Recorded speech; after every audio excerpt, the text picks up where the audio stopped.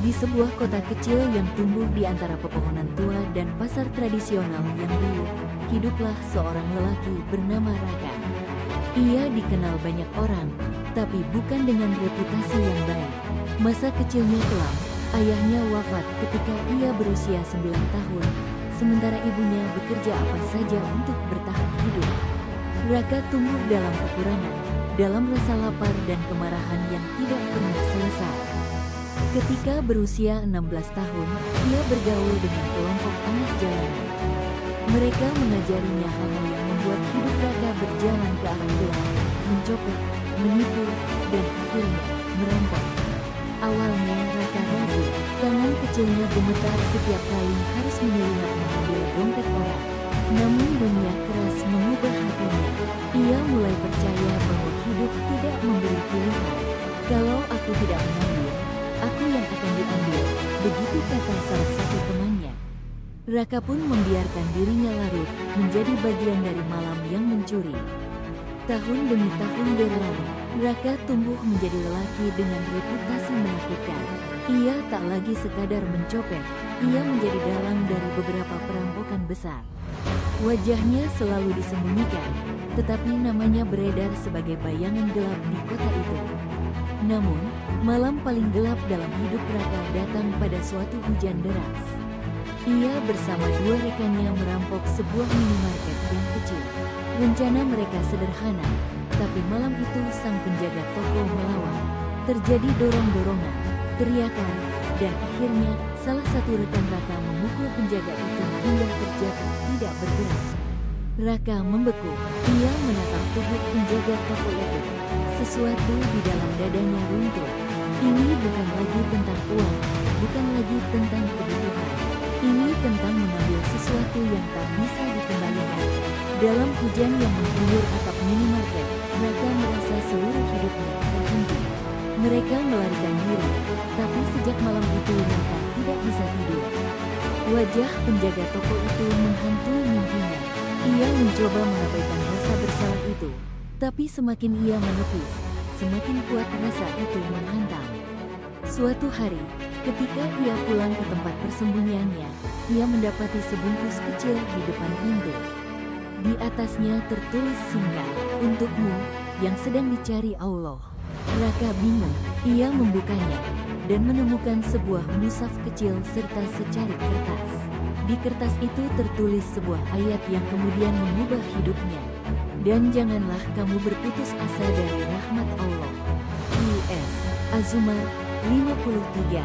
Raka tidak pernah merasa sedekat itu dengan kalimat apapun. Katanya remuk, ia menangis, untuk pertama kalinya sejak ia masih kecil. Seminggu kemudian, Raka memutuskan datang ke sebuah masjid kecil di ujung pasar. Ia bertemu seorang ustadz sepuh bernama Ustadz Hambali, sosok yang terkenal lembut dan bijaksana. Raka datang dengan pakaian kuno, wajah lelah, dan hati yang sudah lama hilang arah. "Ustadz, saya ingin berhenti, tapi saya merasa sudah terlalu kotor." Ustadz Hambali menatapnya lama, lalu tersenyum. "Raka, bahkan malam yang paling gelap pun tidak bisa menahan datangnya fajar." Dengan bimbingan Ustadz itu, Raka mulai belajar kembali mengenal agama. Ia belajar wudhu, belajar membaca Al-Quran, belajar memperbaiki cara hidupnya.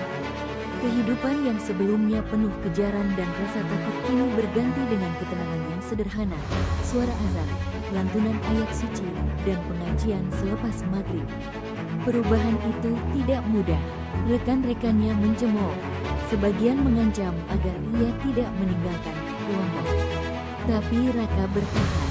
Ia memilih pergi merantau ke kota lain, memutus semua hubungan dengan masa lalunya. Di kota baru itu, ia bekerja apa saja, menjadi tukang bersih-bersih masjid, mengangkat barang di pasar, hingga menjaga warung kecil. Setiap malam, ia membaca Al-Quran sambil memohon agar Allah menghapuskan kelam hidupnya. Lambat laun, Raka mulai dikenal sebagai lelaki yang rajin di masjid. Ia sering membantu anak-anak belajar mengaji, memberi motivasi kepada para pemuda, serta mengajak orang-orang yang tersesat untuk kembali. Beberapa tahun berlalu, Raka menjadi pribadi yang sangat berbeda. Wajahnya yang dulu keras kini lembut. Bahunya yang dulu dipenuhi tatu menjadi penopang bagi orang-orang yang membutuhkan. Ia berubah, bukan karena ingin dihormati, tapi karena ia menemukan kedamaian yang tidak pernah ia miliki sebelumnya. Sampai suatu hari, Ustadz Hambali, yang kini sudah sangat tua, meminta Raka duduk di sampingnya setelah salat subuh. "Raka," ujarnya pelan, "sudah saatnya engkau menjadi penerang bagi orang lain. Ilmu yang kau pelajari selama ini, gunakanlah. Banyak anak muda yang membutuhkan bimbinganmu. Jadilah ustadz bagi mereka." Raka terkejut. Ia merasa tidak pantas. "Saya mantan perampok, Ustadz, mana mungkin saya menjadi ustadz?" Ustadz Hambali tersenyum, menepuk pundaknya. "Justru karena itu, Rak, engkau memahami gelapnya dunia lebih daripada siapapun. Engkau tahu betapa sulitnya mencari cahaya, dan engkau telah menemukannya." Dengan restu sang guru, Raka mulai mengisi kajian kecil untuk anak-anak muda di kampungnya. Ia tidak pernah menyembunyikan masa lalunya. Ia bercerita tentang malam-malam kelam, tentang rasa takut, tentang dosa, dan tentang bagaimana rahmat Allah bisa memeluk siapa saja. Kajian Raka berkembang pesat. Banyak pemuda yang dulunya berandalan berubah pelan-pelan karena mendengar kisah hidupnya. Mereka melihat bahwa taubat itu nyata, bahwa orang sejatuh apapun masih bisa bangkit. Dan Raka, suatu hari benar-benar berdiri sebagai seorang ustadz. Bukan ustadz yang penuh gelar, tapi ustadz yang mengajar dengan hati. Orang-orang memanggilnya Ustadz Raka, dan setiap kali mendengar nama itu, ia selalu tersenyum kecil, tidak percaya bahwa lelaki yang dulu hidup dalam bayang-bayang malam kini menjadi pembawa cahaya. Pada hari peresmian rumah belajar Quran yang ia dirikan, Ustadz Hambali duduk di baris depan, tersenyum bangga.